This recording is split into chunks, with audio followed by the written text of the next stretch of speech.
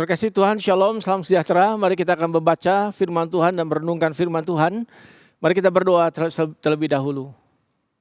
Bapa di surga, kami bersyukur karena hari ini Tuhan masih beri kepada kami kesempatan untuk kami boleh merenungkan firman-Mu. Bicaralah kepada kami lewat firman Tuhan. Terangi kami Tuhan agar kami semakin mengerti maksud Tuhan dalam hidup kami. Semakin hari kami berjalan bersama dengan Tuhan, boleh semakin mengalami apa yang Kau kehendaki dan kami melakukan itu dalam hidup kami. Berkati kami sekalian, dalam Tuhan Yesus kami berdoa. Amin. Mari kita buka Alkitab bersama, kita akan lihat dari Kisah Rasul pasal 15 ayat yang pertama sampai ayat 33. Kisah Rasul pasalnya yang ke-15 ayat yang pertama sampai 33. Saya akan bacakan beberapa bagian saja. Mari kita akan lihat bersama-sama firman Tuhan ini. Kisah Rasul pasal 15 ayat 1 sampai 2 saya akan bacakan untuk kita sekalian. Beberapa orang datang dari Yudea ke Antiokhia dan mengajarkan kepada saudara-saudara di situ, jikalau kamu tidak disunat menurut adat istiadat yang diwariskan oleh Musa, kamu tidak dapat diselamatkan. Tetapi Paulus dan Barnabas dengan keras melawan dan membantah pendapat mereka. Akhirnya ditetapkan supaya Paulus dan Barnabas serta beberapa orang lain dari jemaat itu pergi kepada rasul-rasul dan penatua-penatua di Yerusalem untuk membicarakan soal itu. Bagian kedua kita lihat dari ayat yang ke-6 sampai ayat yang ke-20. Ayat ke-6 sampai ayat yang ke-20. Maka bersidanglah rasul-rasul dan penatua-penatua untuk membicarakan soal itu. Sesudah beberapa waktu lamanya berlangsung pertukaran pikiran mengenai hal itu. Berdirilah Petrus dan berkata kepada mereka, "Hai saudara-saudara, kamu tahu bahwa telah sejak semula Allah memilih aku dari antara kamu, supaya dengan perantaraan mulutku bangsa-bangsa lain mendengar berita Injil dan menjadi percaya. Dan Allah yang mengenal hati manusia telah menyatakan kehendaknya untuk menerima mereka, sebab Ia mengaruniakan Roh Kudus juga kepada mereka sama seperti kepada kita. Dan Ia sama sekali tidak mengadakan perbedaan antara kita dengan mereka, sesudah Ia menyucikan hati mereka oleh iman. Kalau demikian, mengapa kamu mau mencobai Allah dengan meletakkan pada tengkuk murid-murid itu suatu kuk yang tidak dapat dipikul baik oleh nenek moyang kita maupun oleh kita sendiri. Sebaliknya, kita percaya bahwa oleh kasih karunia Tuhan Yesus Kristus, kita akan beroleh keselamatan sama seperti mereka juga." Maka diamlah seluruh umat itu, lalu mereka mendengarkan Paulus dan Barnabas menceritakan segala tanda dan mujizat yang dilakukan Allah dalam perantaran mereka di tengah-tengah bangsa-bangsa lain. Setelah Paulus dan Barnabas selesai berbicara, berkatalah Yakobus, "Hai saudara-saudara, dengarkanlah aku. Simon telah menceritakan bahwa sejak semula Allah menunjukkan rahmat-Nya kepada bangsa-bangsa lain, yaitu dengan memilih suatu umat dari antara mereka bagi namanya. Hal itu sesuai dengan ucapan-ucapan para nabi seperti yang tertulis. Kemudian aku akan kembali dan membangunkan kembali pondok Daud yang telah roboh, dan reruntuhannya akan kubangun kembali dan akan kuteguhkan, supaya semua orang lain mencari Tuhan, dan segala bangsa yang tidak mengenal Allah yang kusebut milikku." Demikianlah firman Tuhan yang melakukan semuanya ini, yang telah diketahui dari sejak semula. Sebab itu aku berpendapat bahwa kita tidak boleh menimbulkan kesulitan bagi mereka dari bangsa-bangsa lain yang berbalik kepada Allah. Tetapi kita harus menulis surat kepada mereka, supaya mereka menjauhkan diri dari makanan yang telah dicemarkan berhala-berhala, dari percabulan, dari daging binatang yang mati dicekik, dan dari darah. Sampai di sana pembacaan firman Tuhan. So sekarang tema firman Tuhan hari ini, khotbah hari ini adalah God's turning point. Titik balik dari Tuhan. Ketika saudara berbicara mengenai titik balik, apa yang dimaksud sebenarnya dengan titik balik?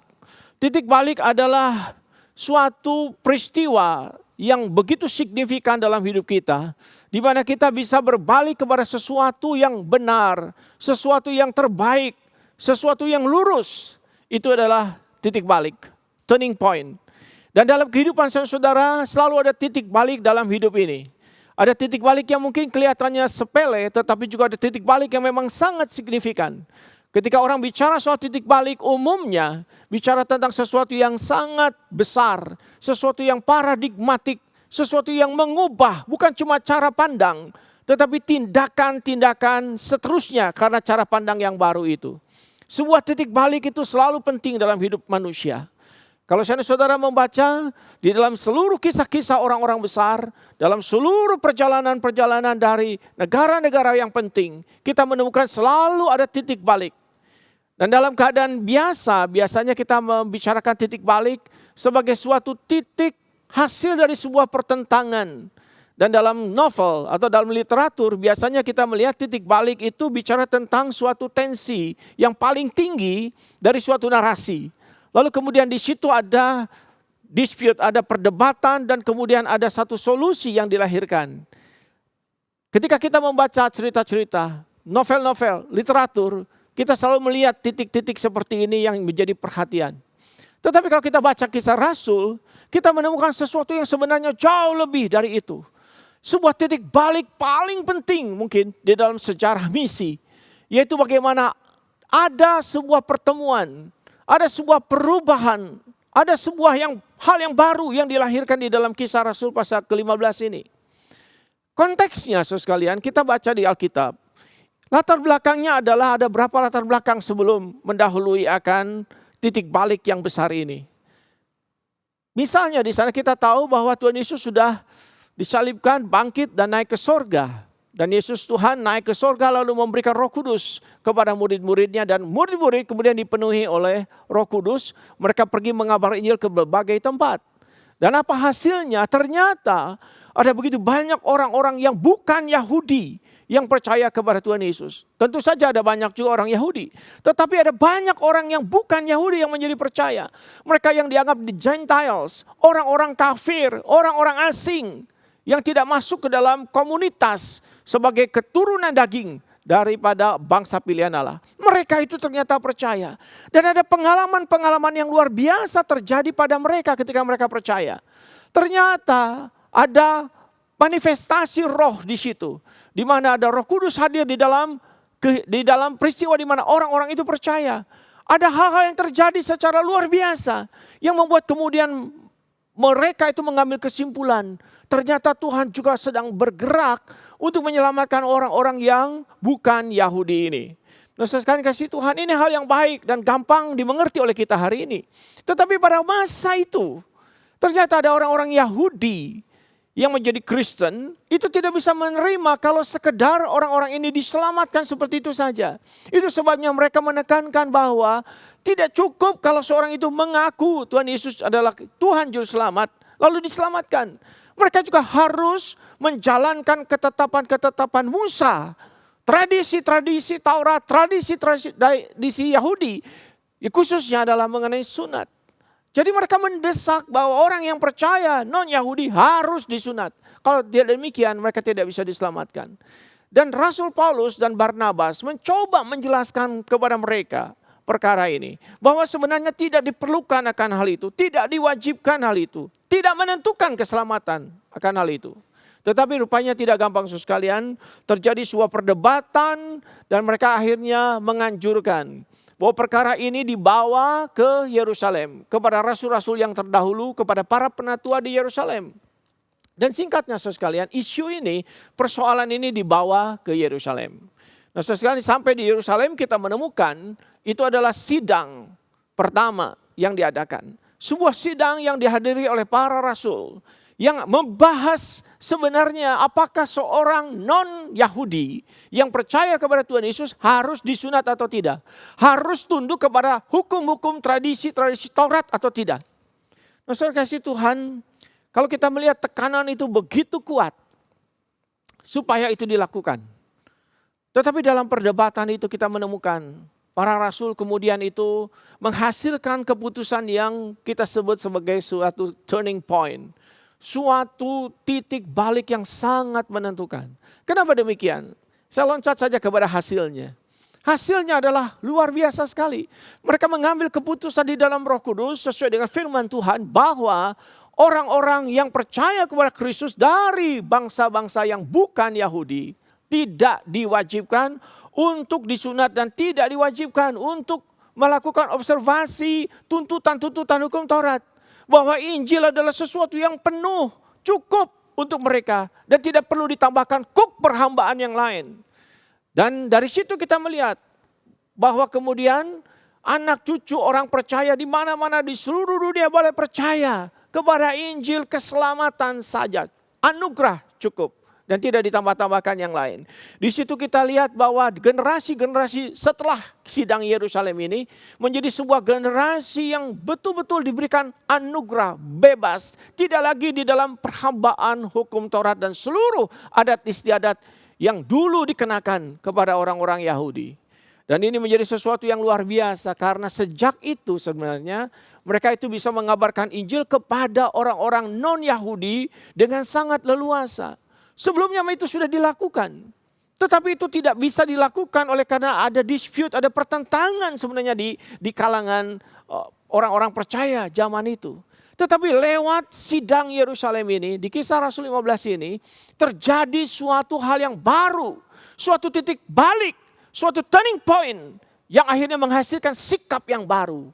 Yaitu bahwa Injil harus diberitakan dan dengan leluasa diberitakan kepada orang-orang non-Yahudi. Tidak ada lagi keraguan, tidak ada lagi keberatan hati, tidak ada lagi perdebatan-perdebatan, dengan sangat lancar. Mereka bisa pergi kemana saja memberitakan Injil ke seluruh dunia. Sejak itu sekalian kita melihat penginjilan dijalankan dengan luar biasa di seluruh dunia. Dan banyak orang menjadi percaya. Termasuk saudara-saudara hari ini orang-orang yang bukan keturunan Yahudi secara daging. Bukan keturunan orang-orang umat Tuhan secara daging. Kita adalah orang yang diberkati hari ini. Salah satunya kita berhutang kepada Kisah Rasul 15, kepada sidang di Yerusalem. Suatu keputusan yang besar sudah diambil. Suatu turning point yang besar sudah diambil. Mungkin kita bertanya, turning point semacam ini yang begitu signifikan, begitu penting dan begitu impacting, membuat sebuah perubahan besar, itu kenapa bisa terjadi? Nah, mari kita belajar di bagian ini. Apa sih yang membuat itu bisa terjadi? Yang pertama, saudara kasih Tuhan, adalah bahwa orang-orang ini, rasul-rasul itu adalah orang-orang yang melakukan introspeksi ke dalam, kepada situasi mereka juga, apa yang Tuhan kehendaki. Ini menjadi suatu hal yang penting bahwa di tengah-tengah krisis dan ketegangan yang terjadi, apa yang mereka lakukan adalah sangat baik dan indah, bahwa mereka balik lagi kepada firman Tuhan. Mereka betul-betul berdiskusi apa yang firman Tuhan katakan. Maka dikatakan lalu berdirilah Petrus, Simon Petrus, dan berkata, saudara-saudara, kamu tahu sejak dahulu Allah mengatakan begini, begini, begini dan seterusnya. Jadi dia sedang merefer kepada firman Tuhan yang semua orang sudah kenal dan tahu pada waktu itu. Semua rasul sudah mengerti pada waktu itu. Rasul Petrus mengembalikan kepada apa kata Tuhan. Tentang apa situasi yang terjadi dan apa yang harus dilakukan. Di sini kita belajar juga bahwa ketika mereka sedang berbicara, kenapa roh Allah, roh kudus juga hingga pada orang-orang yang non-Yahudi ketika mereka percaya. Ini sesuatu yang di luar pikiran mereka. Mereka tidak bisa mengerti dan memahami bagaimana bisa seperti itu. Tetapi itulah yang terjadi dan mereka mengobservasi dan membawa itu ke permukaan, ke dalam persidangan itu. Dan Alkitab mengatakan, Petrus berkata, bukankah dia mengacu kepada nubuatan di perjanjian lama? Khususnya dalam kitab Yoel bahwa ada teruna-teruna akan bernubuat. Bahwa orang-orang muda akan berbicara dan di situ juga dia mengacu kepada kitab Keluaran, kepada kitab Imamat tentang bagaimana Tuhan akan membuat bangsa-bangsa lain yang bukan Yahudi menjadi umatnya. Sekali lagi ini menjadi sesuatu yang luar biasa oleh karena ada satu keputusan diambil. Sebuah keputusan hasil dari sebuah introspeksi kepada diri mereka, kepada firman, kepada situasi yang mereka terima waktu itu. Dan mereka terbuka.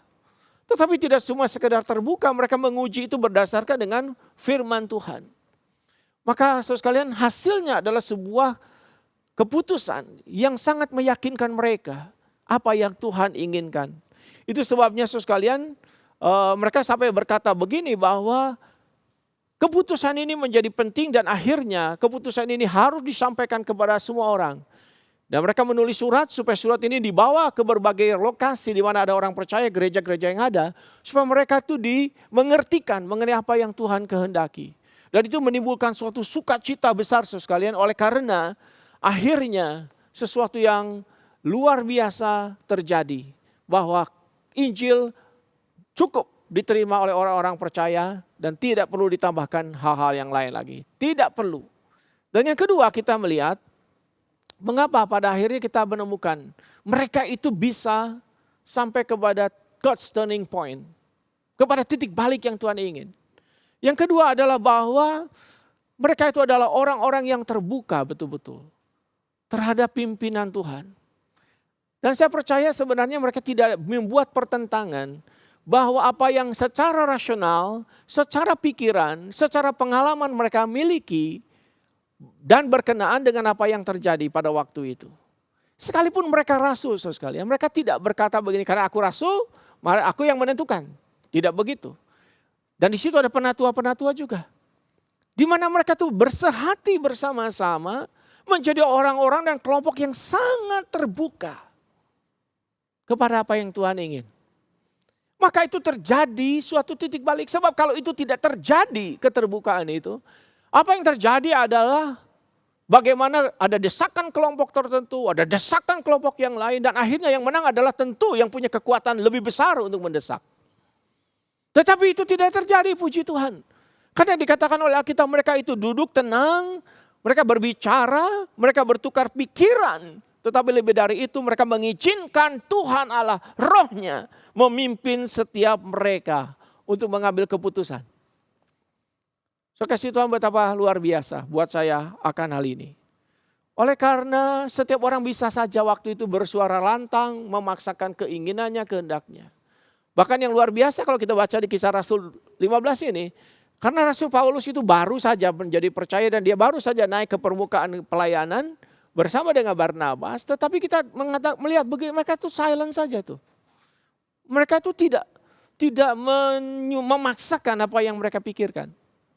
Dan yang luar biasa di situ adalah Simon Petrus ketika menyatakan pendapatnya, berkali-kali dia berkata, dia refer kepada apa yang Allah katakan, kepada apa yang Allah mau, dan terbuka kepada apa yang terjadi. Dan akibat dari keterbukaan yang tadi saya katakan di depan itu, mereka sekarang bisa mengerti dan menerima bahwa orang-orang Gentiles yang selalu dikatakan kafir, non-Yahudi itu adalah termasuk juga umat Tuhan. Maka dikatakan di dalam ayat yang ke-17, di sana dikatakan mereka adalah bangsa yang tadinya tidak kenal Allah. Sekarang sudah disebut sebagai milikku, kata Tuhan. Dan di sini kita menemukan luar biasa terjadi penerimaan. Terjadi penerimaan terhadap orang-orang yang non-Yahudi Kristen. Bagaimana dengan orang-orang yang golongan Farisi yang jadi Kristen pada waktu itu? Apakah mereka kemudian menyerang terus? Alkitab berkata tidak. Mereka bergembira karena kesepakatan yang bisa diambil. Karena mereka mengatakan, mereka yakin itu juga adalah dari Roh Tuhan sendiri. Bahkan kalau kita membaca di dalam isi surat yang disampaikan, kalau kita baca bacaan selanjutnya di dalam ayat yang ke-23 dan seterusnya, di situ surat itu memang diedarkan kepada jemaat-jemaat, dibawa dan diedarkan, dan di situ dikatakan dengan luar biasa. Salah satu bunyinya di sana dikatakan, maka adalah keputusan Roh Kudus, ayat 28. Sebab atau maka adalah keputusan Roh Kudus dan keputusan kami. Tidak ada pertentangan antara keputusan kami dengan keputusan Roh Kudus atau keputusan Roh Kudus dengan keputusan kami. Tidak ada pertentangan di sini. Yang ada adalah dua-dua bekerja sama di situ menghasilkan sebuah keputusan. Oleh karena keputusan Rasul tentu adalah diilhami, dipimpin Roh Kudus. Dan di situ hasilnya adalah suatu keputusan yang sangat indah. Suatu turning point. Bukan hasil pikiran manusia. Bukan hasil rundingan manusia semata. Tetapi dari Allah sendiri. Kalau hidup saya saudara seperti itu, saya percaya kita menemukan bahwa kita sebenarnya butuh bukan cuma miracles and wonders. Karena itu terjadi di zaman itu.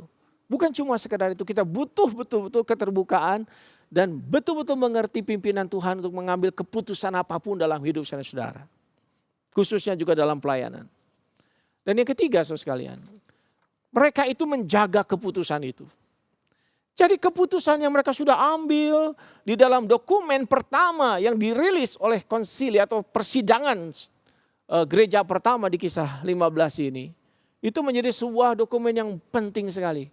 Maka ada seorang penulis mengomentari hal yang dia katakan melalui satu dokumen di Church Yerusalem ini dikatakan, maka itu sudah membebaskan orang-orang Kristen di mana saja dari suatu terrible burdens and potential guilt.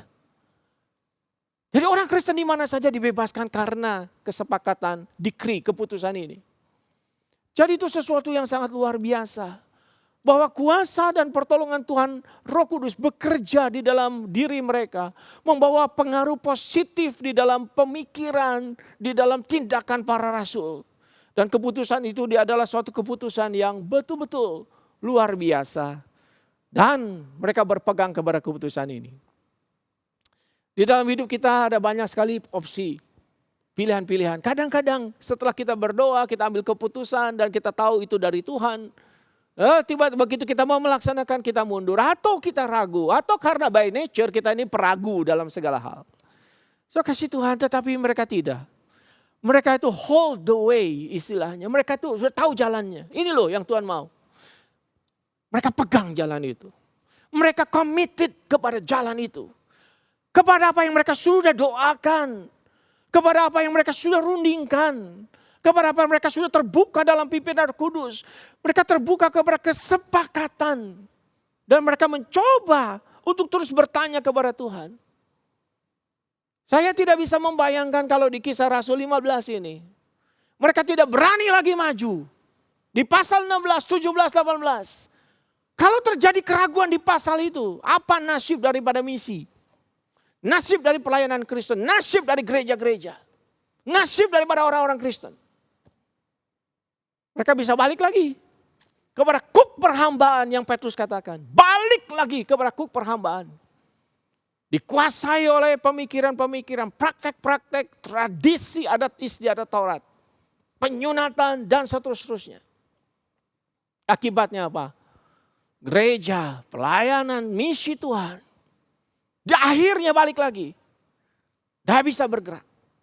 Tidak bisa maju lagi oleh karena tidak terjadi turning point. Terima kasih Tuhan. Tiap kali saya membaca bagian ini selalu bersyukur. Seperti Kisah Rasul ayat 30. Maka ketika sampai surat itu di Antioquia disampaikan oleh Paulus dan Barnabas.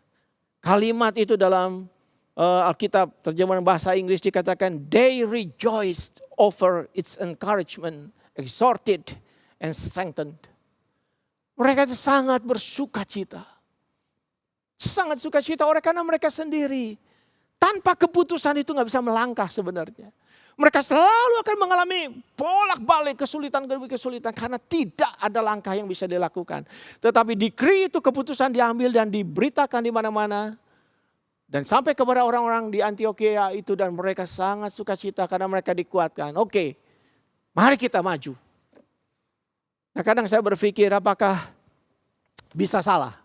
Tentu saja bisa. Tetapi ini karena ini bukan keinginan pribadi seseorang. Tetapi mereka committed kepada decree keputusan bersama dalam Roh Kudus itu. Maka mereka maju. Dan ternyata itu memang yang benar. Itu yang dikehendaki Tuhan.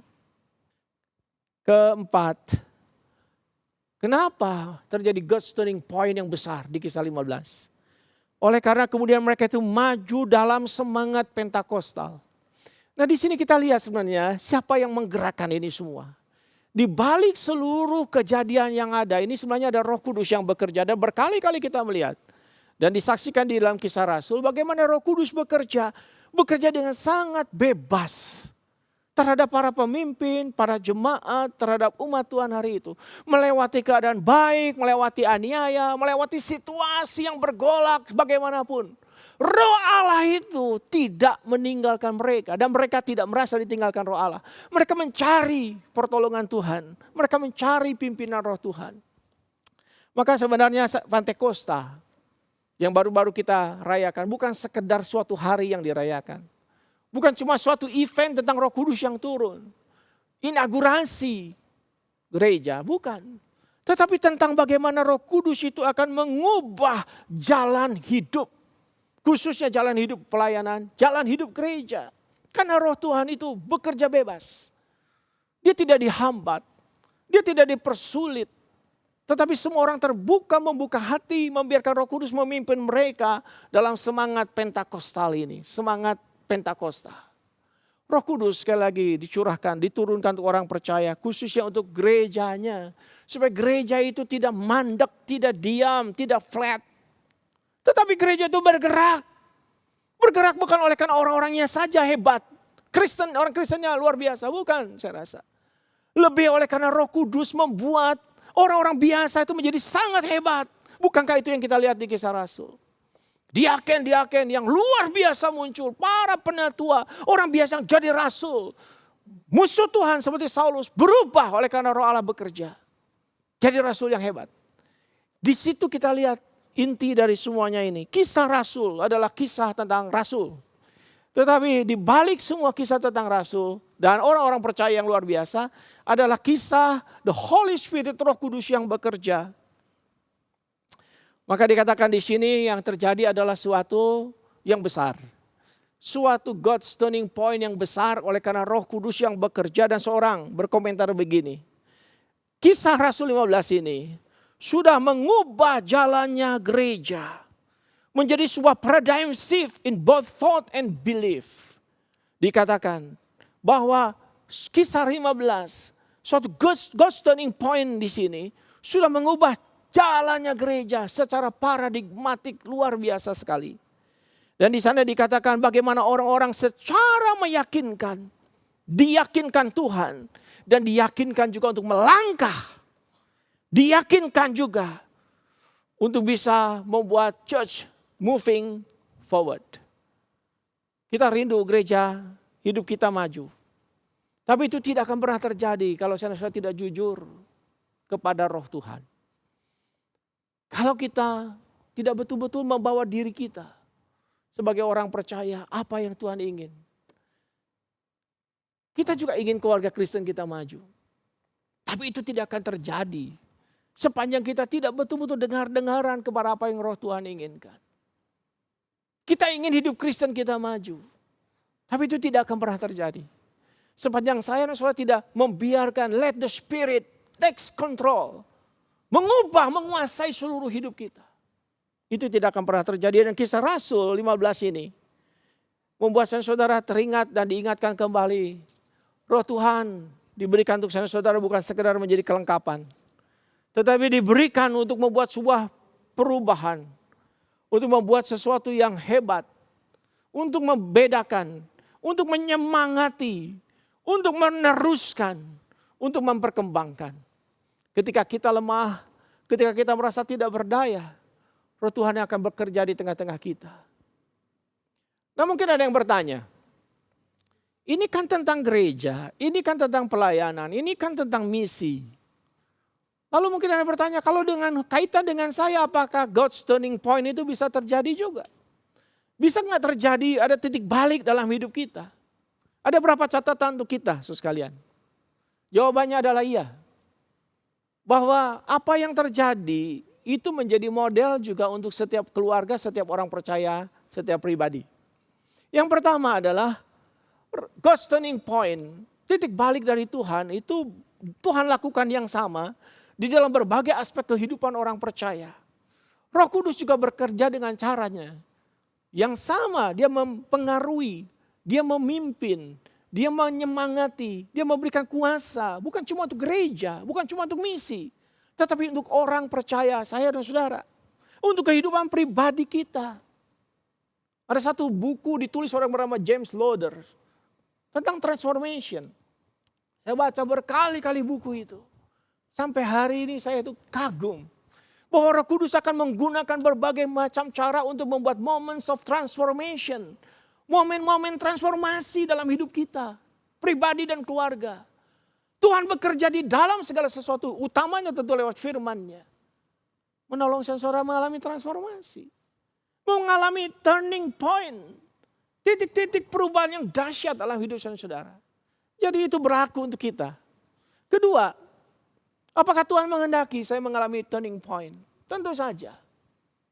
Sebab Tuhan tidak pernah ingin saudara itu hidup di dalam penyesalan, di dalam hidup yang flat, hidup yang biasa saja, hidup yang mungkin penuh dengan keraguan, frustasi. Roh Tuhan hingga pada gereja mengubah gereja. Roh Tuhan ada pada kita. Tentu saja juga akan mengubah saudara. Turning point itu dikehendaki oleh Allah. Maka seorang berkata, when God wants you to change direction. Ketika Allah menghendaki kita mengubah direksi kita, arah hidup kita. Dikatakan God will cause you to make a choice. Allah akan membuat kita harus mengambil keputusan. Dan di momen seperti itu dikatakan Tuhan ingin saudara mengalami transformasi. Mengalami turning point. Jadi mungkin ada di antara kita di tengah-tengah pandemi, kesusahan hidup, sudah menjadi begitu putus asa, sudah menjadi begitu tawar hati, sudah menjadi begitu flat dalam kehidupan. Bapak Ibu Saudara sekalian, kita lihat di Kisah Rasul. Apa yang dialami oleh orang Kristen dalam konteks kita ini, konteks Kisah Rasul itu jauh lebih sulit. Mereka itu teraniaya, mereka itu dibatasi begitu banyak hal. Dan bahkan mereka itu harus lari ke sana kemari menyelamatkan diri. Tapi dalam segala kejadian yang kesulitan yang ada, Kisah Rasul bersaksi Tuhan bekerja, membuat turning point bagi orang percaya. Dan yang ketiga, saudara sekalian, Tuhan ingin saudara itu mempercayai Dia di dalam setiap langkah kehidupan kita. Dalam perjalanan hidup Kristen kita, Tuhan mungkin menghendaki turning point terjadi ketika masa yang paling gelap dalam hidup. Dan itu menjadi sesuatu yang mengubah kita. Masa yang paling sulit itu bisa menjadi masa yang paling cerah. Di mana saudara mengalami turning point dalam Tuhan. Tuhan bisa mengubah itu semua. Karena Dia bekerja dalam segala perkara untuk mendatangkan, mengubah, menjadikan kebaikan untuk orang percaya. Itu sebabnya kita diajar untuk percaya. Diajar untuk tidak ragu dan tidak curiga kepada apa yang Tuhan inginkan dalam hidup.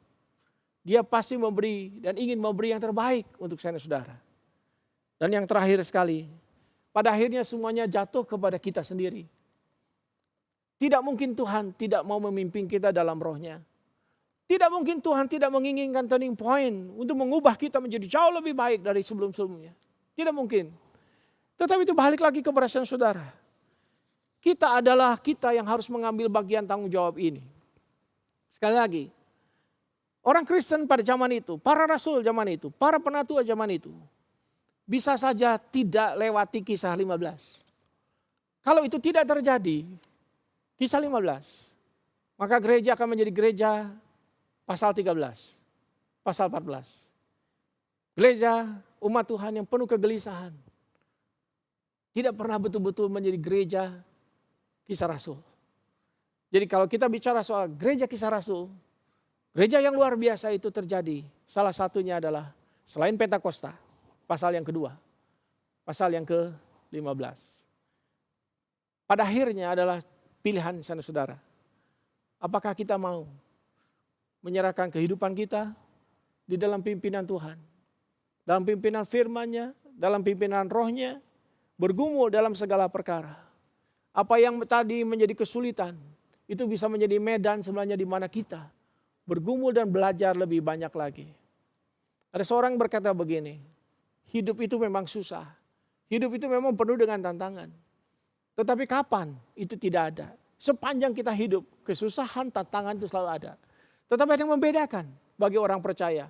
Bahwa mereka bisa tetap mengalami kemenangan dan itu bisa dipergunakan menjadi titik balik yang luar biasa. Suatu turning point di dalam kehidupannya. Dan kisah-kisah tentang turning point secara sekuler, Bapak Ibu Saudara dan saya bisa membaca begitu banyak. Puluhan, ratusan, ribuan kisah turning point. Dari orang-orang yang tadinya tidak mungkin menjadi mungkin. Yang tidak bisa menjadi bisa. Yang impossible menjadi possible. Kalau orang-orang itu saja bisa, mengapa kita tidak bisa? Jawabannya adalah kepada kita sendiri, masing-masing kita. Untuk hari ini berespon kepada firman Tuhan ini dan bertanya Tuhan apa yang harus kami alami, apa yang harus kami ikuti, apa yang harus kami lakukan. agar terjadi turning point yang mengubah banyak hal yang menjadi indah bagus dalam kehidupan kami. Pribadi, keluarga, gereja, masyarakat, negara kita. Mari kita berdoa bersama. Tuhan, kami datang kepadamu. Kami tahu kadang-kadang kami menjumpai hidup kami menjadi sangat biasa. Dan waktu berjalan membuatnya menjadi lebih biasa lagi. Tapi Tuhan, kami melihat dalam Kisah Rasul, bagaimana cara Tuhan bekerja. Bagaimana Engkau membuat rasul-rasul ini tidak menyerah kepada situasi, kepada tekanan-tekanan. Tetapi membuat mereka terbuka kepadamu, kepada firman-Mu, kepada kenyataan karya Tuhan dalam hidup mereka. Tuhan, kami mungkin hari ini sedang bergumul juga ada banyak hal. Tetapi kami mau bawa itu semua ke meja. Di hadapan Tuhan kami bawa. Ke mezbah. Untuk kami berikan di hadapan Tuhan. Tuhan tahu segala sesuatu. Tuhan tahu segala pergumulan kami. Kiranya Tuhan akan menolong setiap kami pribadi, keluarga. Bahkan gereja, bahkan misi kami, bahkan semua karya-karya yang harus kami kerjakan. Tuhan berkatilah. Kami berdoa supaya di tengah-tengah situasi. Kami menjadi pemenang-pemenang karena Engkau. Engkau tidak menyerah. Dan Engkau tidak pernah ingin kami menyerah. Engkau ingin memberkati setiap kami. Dengarkan doa kami. Dalam Tuhan Yesus kami berdoa. Amin.